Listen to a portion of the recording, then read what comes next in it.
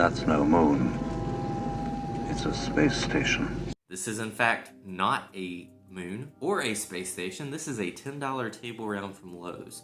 So if you want to know how you can turn a $10 table round from Lowe's into the Death Star, stay tuned. And at the very least, go ahead and subscribe to the channel to pay your respects to the many Bothans that died to bring us this information on how to make this Death Star. This is a super easy project. This is something that you could hang on a game room wall. You could carry this around for Halloween and be Palpatine with your Death Star in your hand. Isn't that cool?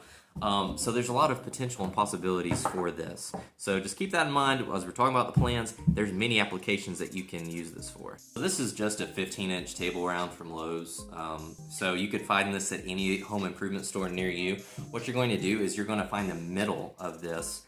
And I Dremel all of my details out. The Dremel is just a tool you can use to cut grooves and cut out features in your wood. But I use my Dremel to give it more definition. But if you wanted to go the easy route, you really could just paint this on and be fine using this same guide. I like the look of stain though on this, to be honest, because as we know, stain becomes a part of the wood and it really highlights the graining. And since we're all aware that the Death Star is the way it is and you have the different zones on it, just staining the wood grain kind of gives it that look of the zones, right? What you can see here is in the video, I'm just using a square to line up. These boards are made with strips of wood and they're typically straight, so I'm just using that square to line up to make sure that my line's in the right place and it's straight. But after I do that, I clamp a board down to my board so that I can just keep my Dremel firm against that as I drag it along to be able to cut out this groove. As you can see here, it's got some definition to it, right? I mean, if you don't have a groove like this, you don't have a bombing run where you can target the station to blow it up, obviously. So all that to say, yeah, that's why you Dremel. So once I had this seam Dremeled in, I went ahead and moved over to the weapon itself, right? So we can blow up some planets like Alderaan, things like that.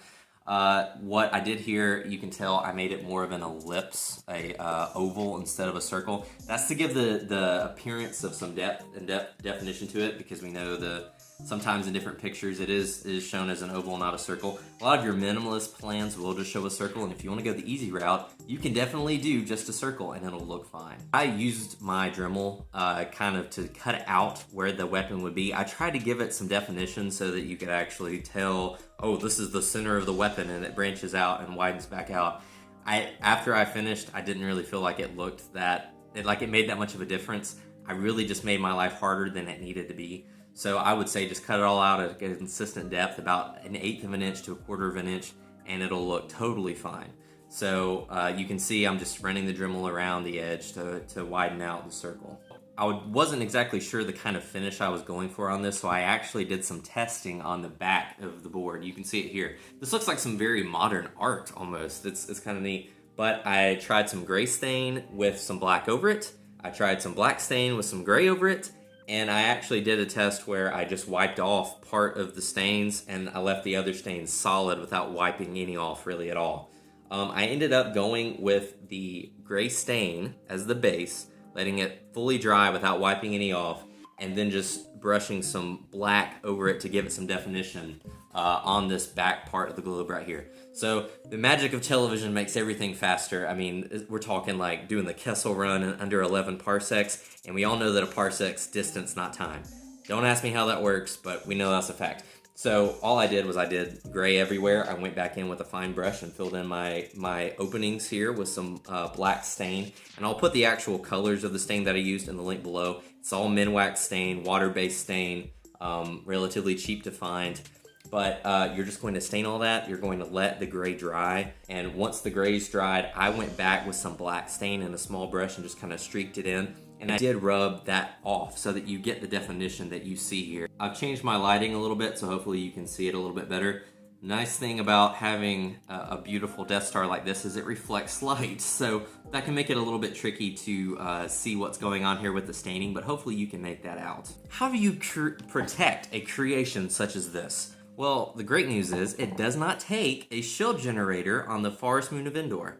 And what's even better is you don't have to worry about something as world-breaking as the Holdo maneuver to destroy your Death Star. You know, you don't have to worry about that, right?